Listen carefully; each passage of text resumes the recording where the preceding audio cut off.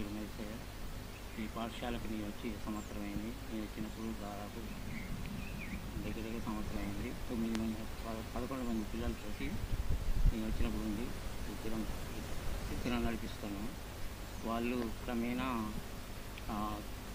తగ్గుకుంటూ ఆ 5 పిల్లలతోటి పోయిన సంవత్సరం గడిచిపోయింది. ఈ సంవత్సరంలో ఒక అమ్మాయి 5వ తరగతి అయిపోయింది. 4 ఉన్నారు. 4 చిన్న పిల్లలు కెనాల్ దాటి రాలేని పరిస్థితిలో ఉన్నారు. అది దీనికి హ్యాబిటేషన్ లేదు. హ్యాబిటేషన్ 3 కిలోమీటర్ల దూరంలో ఉన్నది. ఆడికి పోతే వాళ్ళు మాకు దగ్గర దూరం ఉంది, మేము మా పిల్లల్ని అంత దూరం పంపించాలంటే మాకు కెనాల్స్ ఉన్నాయని చెప్తారు. బడిబాటలో 6వ తారీఖు నుంచి ఇప్పటిదాకా ప్రతిరోజు పోయి వాళ్ళని కన్విన్షన్ చేసి మాట్లాడి వస్తాను. ఫోటోలు కూడా తీసి రెడీగా ఉన్నాయి. వాళ్ళు ఎంత చేసినా మా కాడ బడి పెట్టినా కానీ మీ అందరూ మాకు కన్వెంట్ ఆటోలు కానీ బస్సులు కానీ వస్తాయి, అటే వెళ్తాను. ఇక్కడ దూరం పంపించడానికి మాకు భయం అవుతుందని చెప్తున్నాను.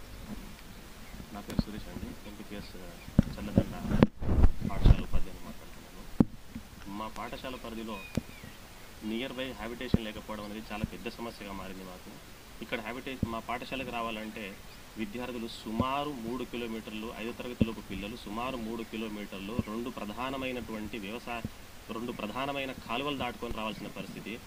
ఇటువంటి క్షణంలో ప్రస్తుతం ఉన్న పేరెంట్స్ మా చిన్న పిల్లల్ని అంత దూరం మేము పంపలేం సార్, మీరంతా బాగానే ఉన్నారు కానీ దూరం రావడానికి మాకు చాలా ఇబ్బందిగా ఉంది సార్. చిన్నపిల్లలు మేము వ్యవసాయ పనులకు వెళ్ళిపోతాము, పిల్లల్ని తీసుకొని రావడం మాకు చాలా కష్టంగా మారింది సార్ అని చెప్పేసి వాళ్ళు ప్రధానమైన కారణంగా పాఠశాల దూరంగా ఉందని చెప్పడము, మరియు 2 ప్రధానమైనటువంటి కాలువలు దాటుకొని రావడం చిన్నపిల్లలకి చాలా కష్టతరం సార్. ఏ క్షణాన్ని ఏ ప్రమాదం జరుగుతుందో తెలియదు. అండ్ వచ్చే దారి ఆ 3 కిలోమీటర్ల దారి కూడా కొంచెము యాక్సిడెంట్లో కూడా గత సంవత్సరం 2 ప్రధానమైన యాక్సిడెంట్లు కూడా పేరెంట్స్ చూడడం జరిగింది. దాంతో కూడా భయపడి పిల్లల్ని పంపించలేని పరిస్థితి ఏర్పడింది. అండ్ గత సంవత్సరము మహబూబాద్ పట్టణ పరిధిలో చిన్నపిల్లల దొంగతనాలు కూడా జరుగుతున్నాయనే వార్త రావడం మూలంగా కూడా అప్పుడు పేరెంట్స్ భయపడి సుమారుగా నెలన్నర రోజులు పిల్లల్ని కూడా పంపలేదు సార్. ప్రజెంట్ ఉన్న పరిస్థితులలో చాలా ప్రమాదకరం సార్. అంటే మేము పంపించలేమనే ఇదే ప్రధానమైన అంశంగా వాళ్ళు చెప్తా ఉన్నారు సార్.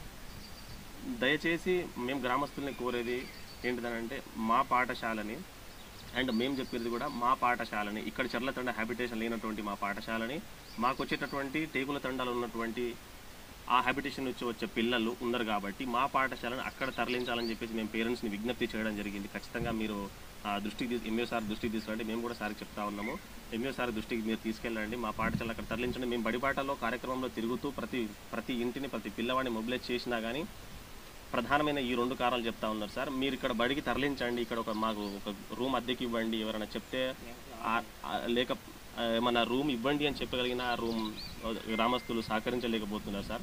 ప్రధానమైన వాళ్ళ డిమాండ్ ఏంటంటే ఇక్కడ పంపించాలి అని అంటే ఒక ఆటో ఏర్పాటు చేయండి, మీరు ఖచ్చితంగా ఒక ఆటో ఏర్పాటు చేయండి అని చెప్పేసి వాళ్ళు మా మీద చెప్తా ఉన్నారు సార్. పేరెంట్స్ కనీసం ఆటో కూడా బేర్ చేయలేని పరిస్థితిలో ఉన్నారు సార్.